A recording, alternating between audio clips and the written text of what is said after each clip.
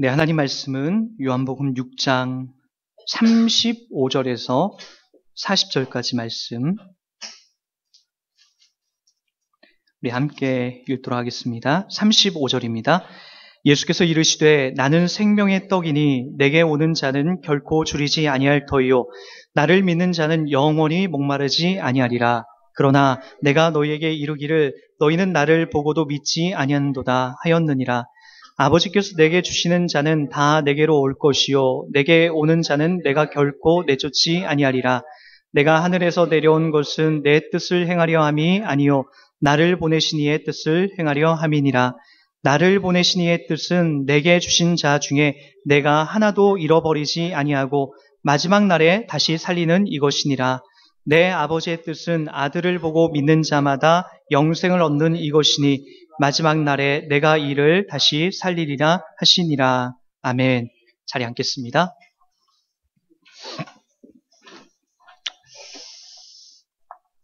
우리는 살면서 어떤 것을 가장 큰 고민으로 여기고 있을까요?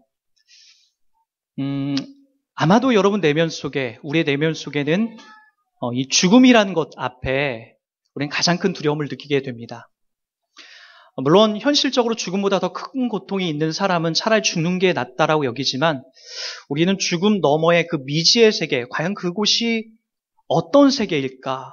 그리고 우리는 어디로 가는 걸까에 대한 그런 의문과 그런 두려움이 우리를 항상 사로잡기 시작합니다. 성경에는 그 부분에 있어서 명확하게 얘기합니다.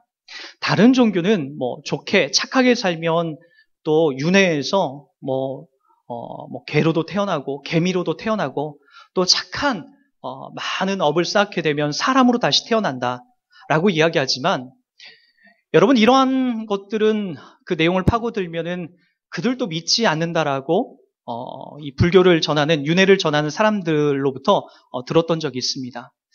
나 기독교만큼은 명확하게 얘기합니다. 우리는 죽음이 끝이 아니라 죽음 너머의 분명한 세계를 우리는 찾아가게 된다라고 이야기를 합니다. 그래서 간혹 우리 주변에 그 임사 체험을 하는 분들의 이야기를 들어보면 이 부분이 좀 정확하게 좀 설명이 되는 것 같아요. 내가 죽는 게 아니라 어느 밝은 빛을 내가 보고 쫓아가다가 다시 그 빛이 사라져서 내가 다시 몸속으로 들어와서 깨어나게 됐다. 저도 한 중3 때 한번 그런 일이 있었어요. 제가 영적인 그런 질문 속에서 항상 고민하고 있을 때 제 몸에서 잠깐이지만 제가 분리됐던 적이 한 번 있었어요. 그때 깜짝 놀랐었죠. 그렇구나. 사람은 죽는 것이 죽으면 그냥 아무런 생각 없이 그냥 끝나는 것이 아니구나. 우리의 영혼이라는 것이 실제로 존재하기 때문에 우리가 죽을 때에 바로 그 밝은 빛을 쫓아서 우리가 가게 되는구나. 라는 것을 우리가 이제 이해하게 됐던 거죠. 그래서 이 죽음에 대해서 연구한 어떤 사람들에 의하면은 사람이 죽을 때에 그 저울에 아주 미세한 동요가 있다라고 해요.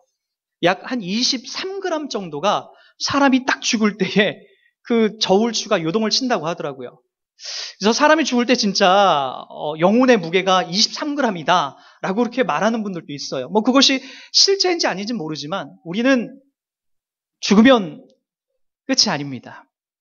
분명히 성경 속에서 우리들 가운데 호언장담하고 약속한 것 중에 하나가 뭐냐면은 반드시 우리는 하나님께로 간다라는 거죠. 그리고 하나님을 알지 못하는, 그러니까 하나님을 거부하고 하나님 믿지 않은 사람들은 영원한 불못에 간다라고 성경은 이야기하고 있습니다. 성경은 의외로 불못에 대해서 이야기하는 것은 좀 적게 다뤄요. 그리고 하나님의 나라, 그리고 내가 너희를 구원한다라는 약속은 정말 풍성하게 약속되고 있습니다. 그래서 어쩌면 우리가 지옥을 생각하기보다는 우리들 보고 저 천국을 생각하고 우리가 이 다음에 가야 될 하나님 나라가 정말 풍성하게 약속되어 있다는 것을 더 명확하게 설명하기 위해서 그렇게 이야기를 해놓는 것일 수도 있습니다. 분명한 것은 여러분 아마 제가 여러분에게 약속하건대 100년 뒤에 우리는 서로 얼굴을 마주보면서 서로 있을 만한 존재는 이 자리에 한 명도 없을 겁니다. 100년이 지나면 우리는 다 이 땅에서 다 떠나 있는 이 세상 사람이 아닌 영원한 저 하나님 나라의 백성으로서 있게 될 겁니다. 그것이 뭐죠? 우리는 죽는다라는 겁니다. 죽음이라는 것은 우리가 절대로 피해가지 못합니다. 단 한 사람도 절대로 피해가지 못합니다. 심지어 성경 속에서 무덤 속에 있다가 사흘 만에 살아났던 나사로 역시도 살아났지만 결국엔 죽음으로써 그가 끝나서 이 세상에 존재하지 않습니다.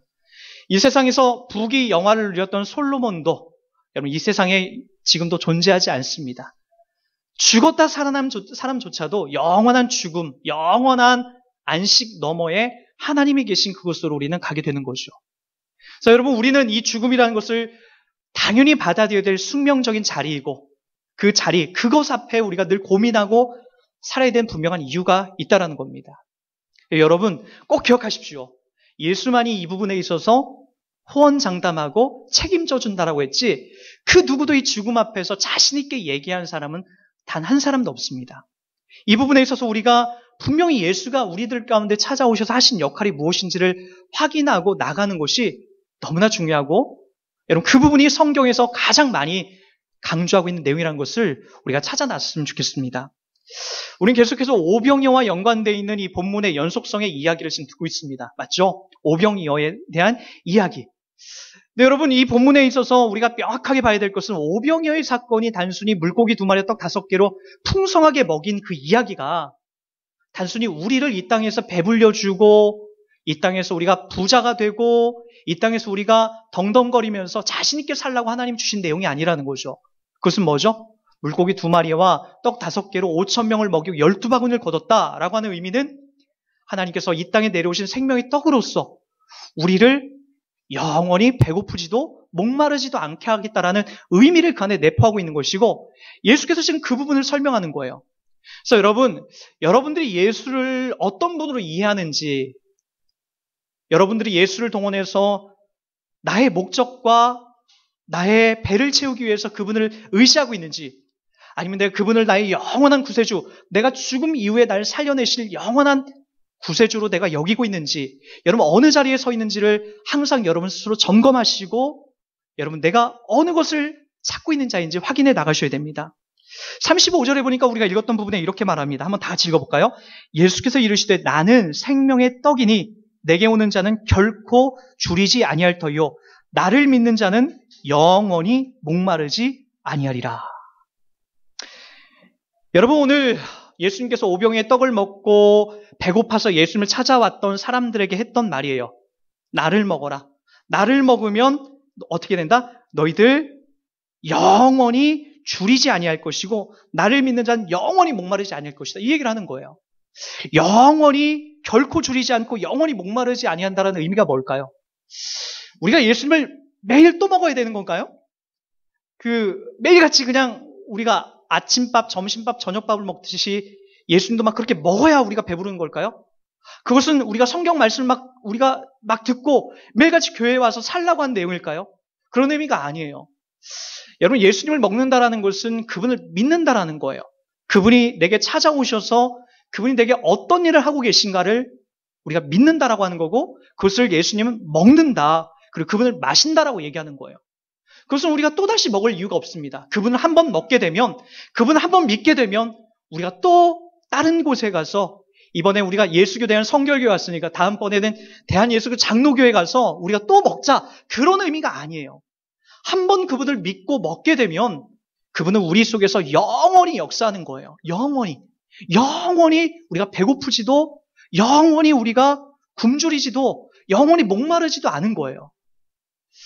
근데 여러분 간혹 그렇게 얘기하시는 분이 있어요. 목사님, 교회가 좀 뜨거워가지고 막 여기서 막 뜨거워가지고 막 열심히 막 눈물 쿵쿵쿵쿵 흘리면서 기도했으면 좋겠고 내 속이 허전해요. 내 마음이 좀 이렇게 차갑지도 뜨겁지도 않은 것 같아요. 그래서 자꾸만 이 부분을 오해해가지고 자꾸만 내가 영적으로 또 배고프다, 목마르다. 그래서 자꾸만 내가 열심히 기도해가지고 이 부분을 다시 채워 놓으려고 하는 것으로 이렇게 찾아가는 것. 그것과는 다른 거예요. 그것과 이거는 근본적으로 다른 겁니다. 내가 배고프기 때문에 다시 예수를 먹는다. 그런 거 없어요. 여러분, 예수를 믿었던 사람이 또 예수를 또 믿을 수 있습니까? 아니요, 그런 거 아니에요. 한번 예수를 믿는 사람은 그것이 영원토록 가는 거예요. 자, 그 다음 구절을 보도록 할까요? 이 부분에 있어서 주님이 그래서 이렇게 설명하는 겁니다. 36절입니다. 다 같이 한번 보세요.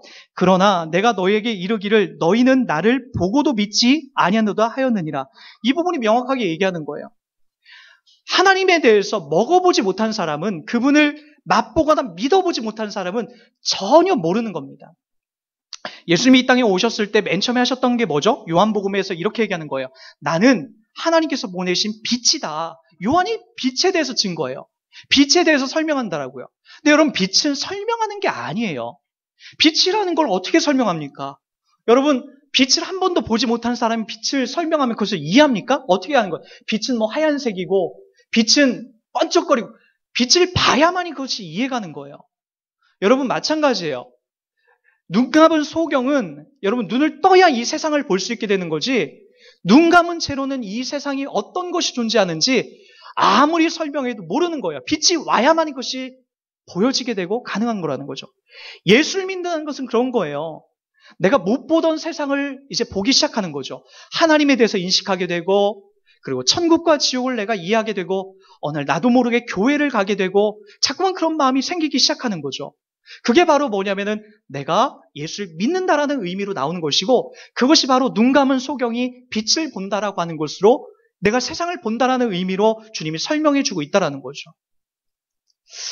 여러분, 37절에 그래서 이런 부분들은요, 내 인간 스스로 만들어낼 수 있는 부분이 아니에요. 37절 보세요. 아버지께서 내게 주시는 자는 다 내게로 올 것이요, 내게 오는 자는 결코 내가 내쫓지 아니하리라 라고 얘기합니다. 여러분, 이 부분 한번 잘 보세요. 여러분, 복음을 이해하는 아주 중요한, 아주 본질적인 내용입니다.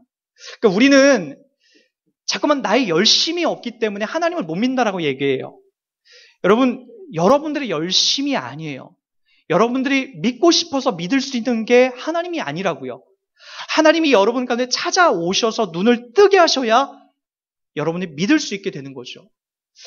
예전에 오랫동안 알코올 중독으로 고생하던 아들을 위해서 하나님께로 제발 좀 돌아오기를 기도하던 어머니가 그 아들이 주님께로 돌아오는 모습을 보지 못하고 돌아가신 어느 한 분이 있었어요.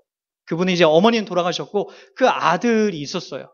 근데 그 아들이 어머니가 돌아가신 충격에 여전히 술을 먹고 인생을 정말로 그냥 허랑방탕하게 알코올 중독으로 지내다가 어느 날 갑자기요, 불현듯 갑자기 교회 가고 싶은 마음이 든 거예요. 어머니가 그 집에서 불렀던, 구슬프게 불렀던 찬송 소리가 막 들리기 시작하고, 어머니가 날 위해서 기도했던 그 장면들이 자꾸만 떠오르기 시작하는 거예요. 그리고 나서 불현듯 교회 가고 싶은 마음이 드는 거예요. 술과 담배는 여전히 내가 하고 있지만 나 같은 사람이 교회 가도 될까 두려운 마음으로 교회에 첫 발을 내딛었어요. 그리고 났더니 그 예배당에서 울려 퍼지는 찬송과 그리고 그 안에서 들려진 말씀이 이상하게 그날따라 자기 마음을 치기 시작하는 거죠. 그리고 나서 교회, 그 다음 주에도 교회 나와서 하나님을 인격적으로 만나고 이분이 나중에 목사님이 됐어요. 신학을 가서 50살이 넘어서 신학교에 가서 60살 가까이의 목사님이 됐어요. 그리고 이분을 제가 중3 때 제가 어느 저희 동네에 아주 건전한 좀 기도원이 하나 있었는데 저희 교회에서 자주 가던 기도원이에요. 거기 갔는데 이 목사님이 거기 오신 거예요. 거기 오셔서 말씀을 전해주시는데 야, 여전히 코는 빨개요. 한 50년 가까이, 40년 가까이 알코올 중독으로 막 핏기가 살갗이 얇아져가지고 알코올 중독으로 코도 빨갛고 얼굴도 핏기가 여전히 있어요. 근데 여러분, 그분이 그곳에서 웃으면서 하나님 말씀을 전하는데 얼마나 표정과 모습이 천사처럼 변해 있는지 몰라요. 여러분, 이분이 이런 얘기를 하는 걸 들었어요. 자기는 어려서 자기 엄마 쫓아서 교회를 갔대요. 어려서 주일학교를 가가지고 거기서 예배를 드리고 거기서 먹을 것도 먹고 하면서 참 재밌게 지냈는데 이 중학교 시절 사춘기가 오고부터 교회가 점점 싫어지기 시작한 거예요. 다 위선자처럼 보이고 또 교회에서는 막 자꾸 자기가 공부도 못하고 그리고 좀 사고 치니까 자꾸만 마귀 들렸다 사탄 들렸다 막 그렇게 얘기를 하고 하니까 이분이 점점 교회와 멀어지기 시작했던 거예요. 그리고 허랑방탕하게 술 먹고 담배 피면서 엄마의 속을 그렇게 이제 썩이고 지냈던 거죠.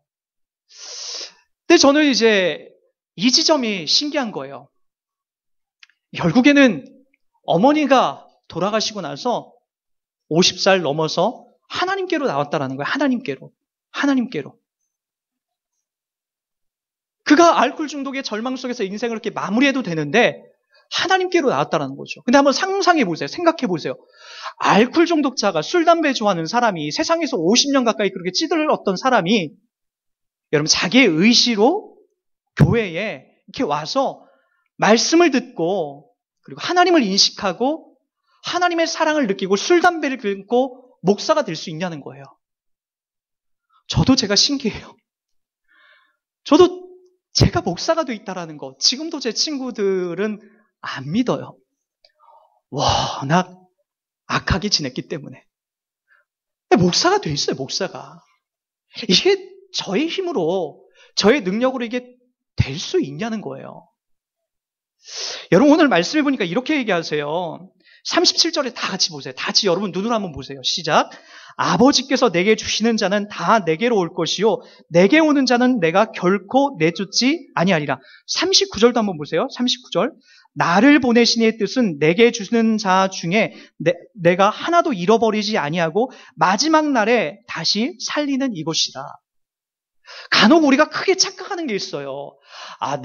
우리 엄마 아빠가 나를 잘 믿고 내가 종교교육, 신앙교육 잘 시켰기 때문에 교회에 왔다라고 생각하시는 분들이 의외로 많아요. 나 같은 사람이 좀 고상하고 착하니까 내가 교회에 왔다라고 생각하는 사람들이 많은데 오늘 성경에서 뭐라고 증언하는지 보세요. 아버지께서 여러분들을 이끌어내지 아니하면 하나님 아버지께서 불러내지 아니하면 아무도 예수께로 올 수 없다라고 이야기하고 있습니다. 우리가 큰 교만에 빠지는 게 뭔지 압니까? 나 정도 되니까 교회 나온다고 착각을 해요. 그래도 나처럼 이 정도 되니까 내가 고상하니까 예수 믿어주는 거지 라고 착각하시는 분들이 의외로 많더라고요. 아니에요. 그런 얼토당토 않은 이야기가 어디 있습니까? 하나님께서 여러분들을 이끌어내지 아니하면, 하나님께서 여러분을 예수를 보게 하지 않으면, 그 빛을 보지 않게 하면 여러분들은 예수를 절대로 알지 못한다라는 거예요. 예수를 모르면요 멸망받는 거죠. 예수를 알게 되면, 보게 되면, 믿게 되면 어떻게 되는 겁니까? 우리가 하나님 나라, 천국, 하나님의 자녀로서 우리가 서기 시작하는 거죠. 근데 이게 어떻게 우리의 힘으로 될 수 있냐는 거예요. 50살에 부름받아서 목사가 되어서 거기 30, 40명 앉아있는 성도들의 기도원에 있는 성도에게 정말 행복한 미소에 젖어서 전하시는 그 목사님을 보면서 여러분 우리가 어떻게 감히 저분의 자의적인 힘으로 알코올과 담배로 찌든 저분의 자의적으로 그 자리에 설 수 있냐라고 우리가 그렇게 얘기할 수 있겠습니까? 하나님이죠. 아버지 하나님께서 예수께로 이끌어내셨기 때문에 그가 변화되어서 천국의 소망을 두고 그리고 이 땅에 변화된 삶으로 하나님을 바라보기 시작했던 거죠. 가만히 보니까 우리도 마찬가지 아닙니까? 여러분 모습 보세요. 여러분 모습. 나 같은 사람이, 여러분 같은 사람이 어떻게 이 진리 되신, 빛 되신 예수님을 보기 시작하고 그분을 믿고 오늘 또 이 자리에 나와서 예수를 믿겠다라고 그렇게 다짐하면서 서 있는 여러분들이 되고 있냐라고요. 아니 여러분은 어떻게 이 주일날 다 남들 놀러가고 다 재미있는 일들에 빠져있는 이 시간에 여러분들이 교회에 와서 하나님을 찬송하고 예배하는 그런 모습으로 여러분 설 수 있냐는 거예요. 하나님께서 여러분 이끌지 아니하면 절대로 우리가 나올 수 없는 바로 이 자리인 거죠. 저는 우리 교회 구성원들이 너무나 신기합니다. 가만히 보세요. 여러분 옆에 있는 모습, 사람들 한 분 한 분 보세요. 정말 신기하지 않아요? 저는요, 제가 교회를 개척하고 여러분들이 한 분 한 분 이 자리에 나와 있는 모습을 보면서 우리 예찬이도 맨 처음에 있지만 얘가 묻는 그 의미를 알겠어요. 될까? 과연 될까? 사람들이 이렇게 모일까? 이 시장에 어수룩한 곳에 간판도 안 보이는 곳에 사람들이 올까? 우리 맨 처음에 그렇게 고민했었어요. 정말로요. 그런데 참 희한하죠. 우리가 나가서 매일같이 길거리 다니면서 예수 믿으세요? 그렇게 한 것도 아니고. 근데 참 희한하더라고요. 동네에서 왔다 갔다 하면서 인사하고 반갑게 맞이했던 사람들이 오게 되고, 어떤 분들은 하나님께서 이렇게 꿈속에서 이 교회를 보여주면서 가라고 해서 오기도 하고, 또 어떤 분은 다른 누군가의 손길을 통해서 복음을 듣고 이렇게 오기도 하고, 또 어떤가는 엄마의 권유로 인해서 이 자리에 오기도 하고, 또 어떤 분은 말도 안 되게끔 그냥 뭐 인사 몇 번 해서 교회에 한번 오고 싶다라고 그런 마음을 먹기도 하고. 우리의 구성원들 보세요. 여기 얼마 전까지 남묘호랭갱교 뭐 그런 거 믿으셨던 분들도 있고, 대순진료에 빠져서 거기에서 큰 구슬하려고 하셨던 분들도 있고, 우리 가운데 있어요. 신천지에 빠졌던 분들도 있고, 다 그런 분들이 이 자리에 나와서 여기에 있는 거예요. 근데 그게 어떻게 여러분들의 실력이냐고요. 하나님께서 우리를 이끌어내지 않으면, 하나님께서 불러내지 아니하면 이 자리에 설 수 없는 거고, 하나님이 하나하나 좀 더디고 느리지만 지금도 만들어 가시고 빚어 가시더라는 거예요. 그 하나님이 우리들 가운데 최종적으로 하시는 역할이 뭡니까? 여러분 40절을 다 같이 보세요. 40절 우리 다 같이 한번 보도록 할게요. 내 아버지의 뜻은 아들을 보고 믿는 자마다 영생을 얻는 이것이니 마지막 날에 내가 이를 다시 살리리라 하시니라. 뭐라고요? 내 아버지의 뜻은 아들을 보고 믿는 자마다 영생을 얻는 이것이니 마지막 날에 내가 이를 다시 살리느니라. 여러분, 하나님께서 우리를 예수를 보게 하신 것은 분명합니다. 여러분들의 있는 돈에, 가정에 있는 집을 원하거나 돈을 원하는 분이 하나님이 아니세요. 그래서 여러분, 누차 말씀드리지만 이 교회에 와서 여러분들이 돈 많은 것을 과시하시면 안 되고, 내가 많은 것을 배워서 똑똑하다는 것을 과시하면 안 되는 거예요. 오직 우리들 가운데 있어야 될 것은 예수 그리스도이십니다. 그분만이 증거되어지고 나타나야 돼요. 그분을 봤으니까 그분으로 인해서 우리가 구원받고, 그분 때문에 우리가 모였기 때문에 그분이 나타나고 그분이 증거가 되어야 되는 거죠. 그래서 여러분, 우리가 이걸 꼭 알아야 돼요. 우리가 최종적으로 이런 상황 속에서 참고 나를 억누르면서 자랑하고 싶고 내세우고 싶고 저 세상에서 하고 싶은 그 모든 것을 억누르면서 우리가 버텨나가는 이유는 무엇입니까? 바로 마지막 날에 아버지께서 우리를 살려내는 것에 우리가 동참하는 거예요. 여러분, 이걸 믿으십니까? 마지막 날 여러분들은 반드시 살아납니다. 마지막 날이 언제입니까? 이 세상이 종말이 오는 날, 주님이 공중재림하는 날, 물론 그날일 수도 있습니다. 그러나 우리의 생명이 끝나는 날이에요. 서론에 얘기했지만 우리 죽음 앞에 서서 두렵고 떨림으로 서야 될 그 자리에서 하나님께서 우리를 반드시 살려낸다라고 약속하고 있다는 거예요. 간혹 여러분, 이런 건 목사님 전하지 마세요. 그냥 교회 나와서 착하고 바르게 살고 좋은 일 하자. 교회가 그런 거 하면 되지 무슨 뭐 죽은 다음에 영생이 있고 부활이 있고 뭐 이런 걸 왜 전합니까?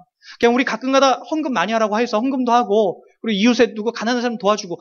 교회의 역할이 그런 역할이 아닙니다. 누구 도와주는 역할이 교회 역할이 아니에요. 여러분, 교회는 자선사업 하는 데가 아니라고요. 예수를 보고 여러분 살려내는 곳이에요. 세상에 없는 것을 우리 교회에서, 우리 모임 속에서 충만하게 드러나는 거예요. 그게 뭡니까?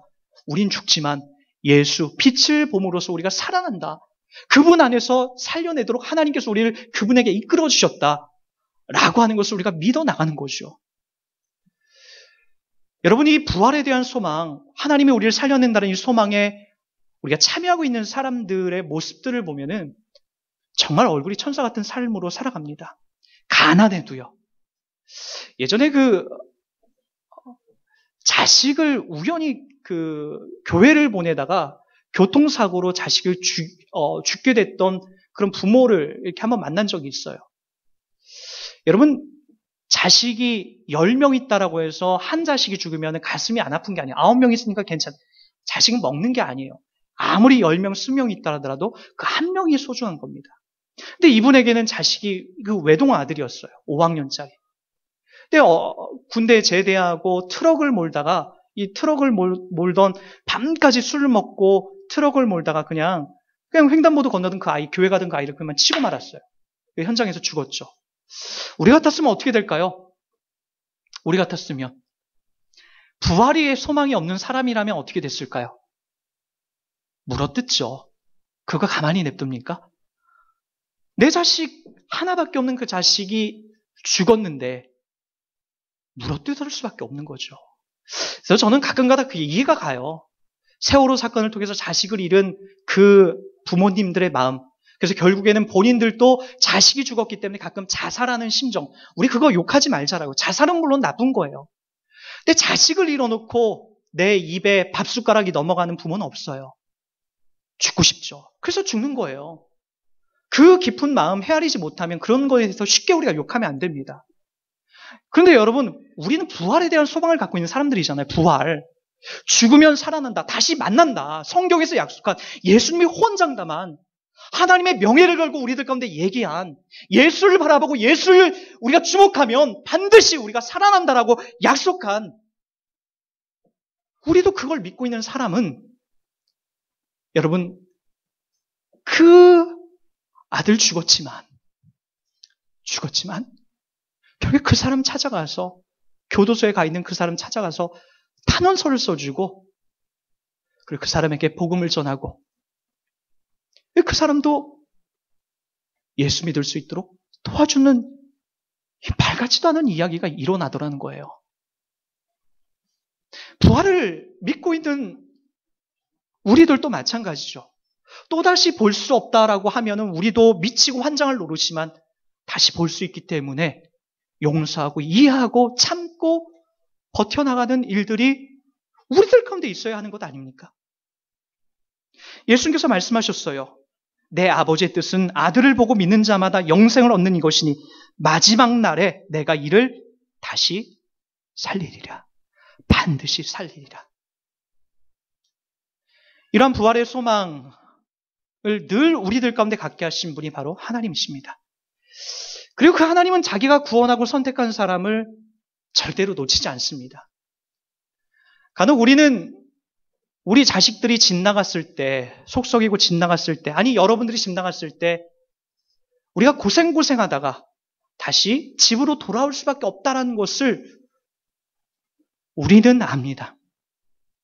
왜냐하면 나가면 고생이거든요. 누가복음 15장에 보면 돌아온 탕자 이야기가 나와요. 탕자 이야기의 가장 핵심적인 내용은 아버지 하나님의 마음이 어떠냐는 거예요. 아버지 하나님의 마음. 아버지 하나님이 어떻죠? 돌아온 탕자 둘째 아들이 아버지가 시퍼렇게 눈 뜨고 살아있는데 아버지 돈 좀 내놓으라는 거예요. 아버지 이 다음에 죽으면 나한테 유산으로 줄 것 좀 지금 미리 땡겨달라는 거예요. 이 당시에 아버지가 시퍼렇게 눈 뜨고 있는데 유산을 달라고 하는 것은 이거 불효자식이에요. 돌 갖다 쳐 죽여도 시원찮을 놈이라고요. 그 당시에 유대인들은 아버지를 공경한 유대인들은 더더욱 그랬습니다. 그런데 그 아들이 아버지 시퍼렇게 눈 뜨고 있는데 아버지 돈 달라는 거예요. 유산 아버지 죽으면 아버지 돌아가시면 나한테 줄 거 달라는 거예요. 그거 갖고 나가서 창녀들과 함께 허랑방탕하게 씁니다. 그리고 다 쓰고 나서 어떻게 벌어지죠? 다 돼지울간에 가서 돼지들이 먹는 열매를 먹으면서 거기서 그렇게 버티다가 아이고 내 신세가 이게 몇 년 만에 어떻게 된 건가? 내가 차라리 아버지께로 돌아갔으면 좋겠다. 아버지께 가서 내가 종으로서 있는 게 차라리 낫겠다. 그래서 기억기억 실패한 인생을 끌면서 아버지께로 갑니다. 근데 여러분 참 신기한 일이 벌어지죠. 어떤 일이 벌어집니까? 아버지가 저 먼 발자취에서 집 먼 발자취에서 왔다 갔다 기다리고 있는 거예요. 저 쌍놈의 새끼 저거 왜 왔어? 그게 아니라 아버지께서 기다리면서 아들이 실패하고 질질질질 신발 끌고 오는 그 모습을 뛰어가면서 덜썩 아는 거죠. 그리고 우리 같았으면 뭘 물어봤을까? 이놈의 새끼 그거 봐 나가니까 집 나가니까 고생하잖아 이놈의 새끼야. 그럴 것 같은데 그냥 꼭 껴안아주고 뭐라고 하죠? 가자. 내가 금가락지 끼워줄게. 가자. 내가 새 신발 신겨줄게. 끝이에요. 잔치를 여는 것. 그거 끝이에요. 그게 아버지 하나님이에요. 우리 하나님 아버지께서 그러는 거죠. 여러분 가끔가다 우리가 교회에서 상처받고 우리가 교회를 1년이고 2년이고 몇 년이고 안 나오시는 분들이 있어요. 그러나 저는 이걸 믿어요. 안 나오는 것 때문에 저는 당황하지 않습니다. 왜요? 하나님께서 어느 시간 하나님께서 예수를 보게 한 사람들은 반드시 하나님께로 다시 끌어붙이시더라고요. 어렸을 때 주일학교를 갔던 알코올 중독자 목사님이 50살이 넘어서 다시 하나님께로 부름받아서 이 자리에 나와서 하나님 목사로서 하나님을 담아내듯이 하나님으로부터 부름받은 그 사람은 하나님께서 절대로 놓지 않고 아버지의 품으로 이끌어 가시더라는 거예요. 우리 역시도 내가 하나님을 떠나고 사람들이 싫어서 미워서 교회를 떠난 것 같지만 하나님은 여전히 저 먼 발자취에서 언제나 여러분을 기다리고 여러분을 안아주고 있다는 거죠. 그 하나님이 안고 영원한 생명의 자리로, 안식의 자리로 여러분들을 이끌어가게 될 겁니다.